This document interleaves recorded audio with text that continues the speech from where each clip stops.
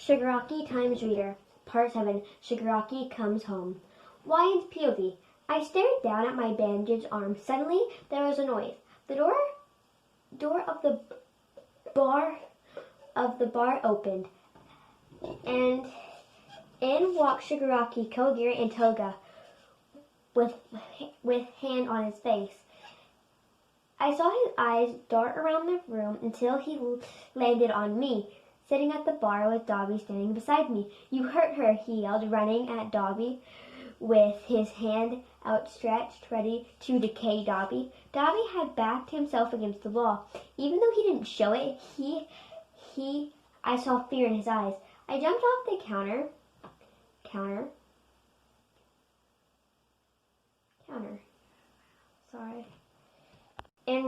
and ran toward Shigaraki. I was clumsy on my feet, but I managed to get in front of him and wrap my arms around his waist.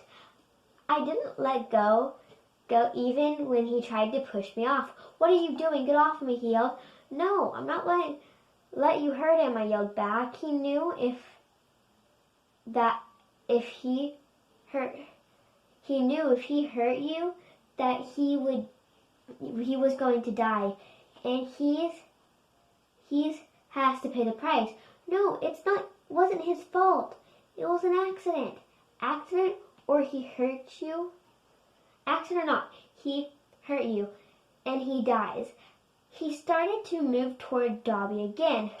I didn't know what to do, so I did the first thing that I could think of.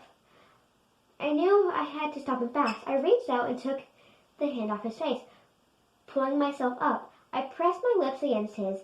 I knew everyone else in the room was staring at us, but I didn't care. I felt Shigaraki try to pull away, but I pushed his head against mine. When I felt his arms drop and muscles relax, then I pulled away. I kept our foreheads pressed together. Please don't kill him, Tomura. I'm fine, honestly," I said, staring into his eyes. "Tomura? I've never called him that before." He gave me a sigh and relaxed his body completely. "Fine, since you asked so nicely. I won't kill him today," he said with a little smirk. I looked into his blood red eyes, and I saw hunger in them. He wants more, I thought to myself. No, not right now.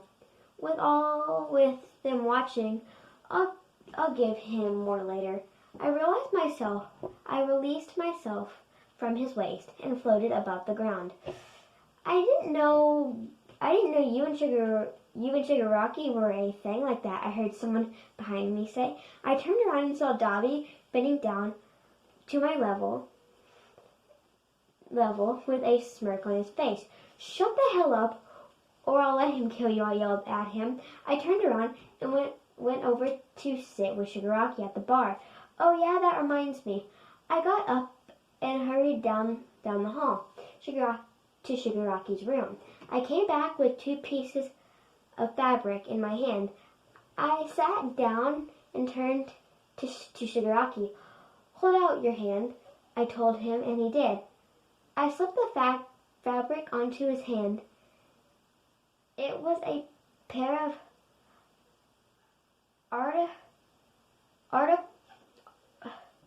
of gloves that only covered his pinky and ring finger, and buckled it at the wrist.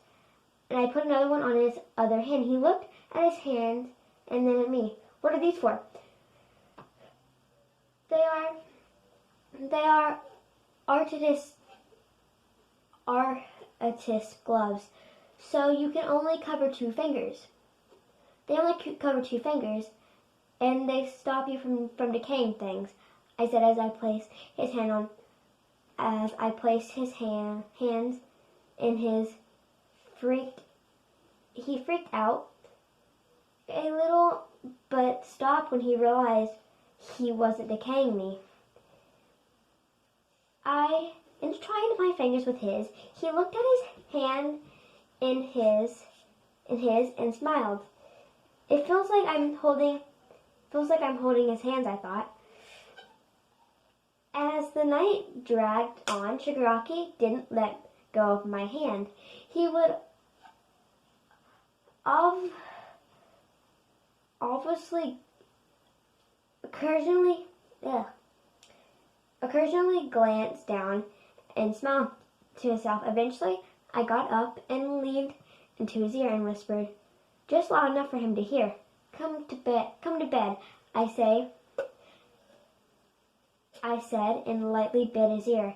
So he knew what I was talking about. I floated down the hall and went into his room. I floated with my legs crossed above his bed and waited for him. Okay. Part 8, Bedtime. Disclaimer. This chapter is mostly motivated to high fluff. Edit. Okay. So this chapter is not smut or lemon because they don't actually do it.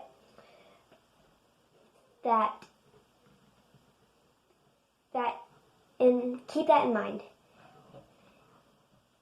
Is fluff. Mostly fluff.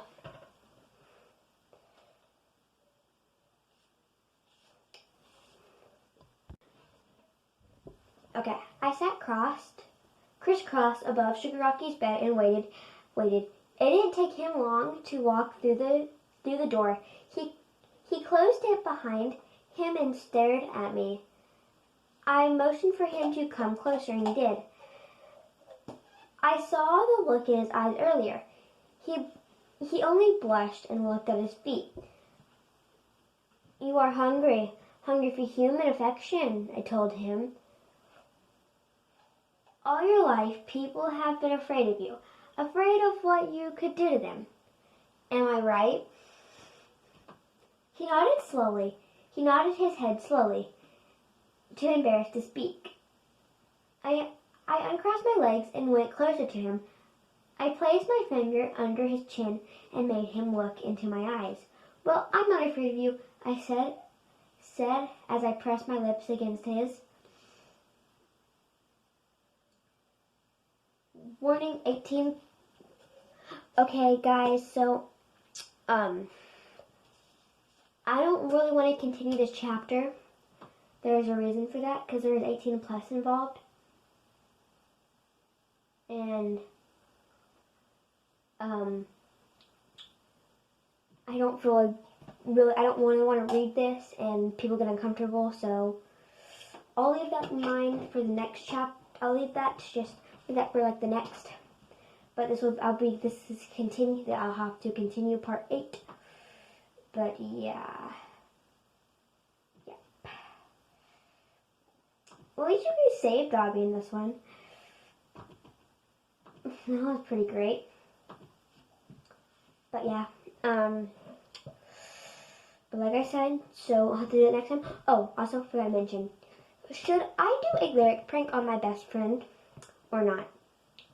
Because like I'm actually thinking about it. And comment down below what song I should do. Also, they are a girl, if you guys are wondering. And I really want to do, and I kind of want to do the lyric prank on them. So yeah.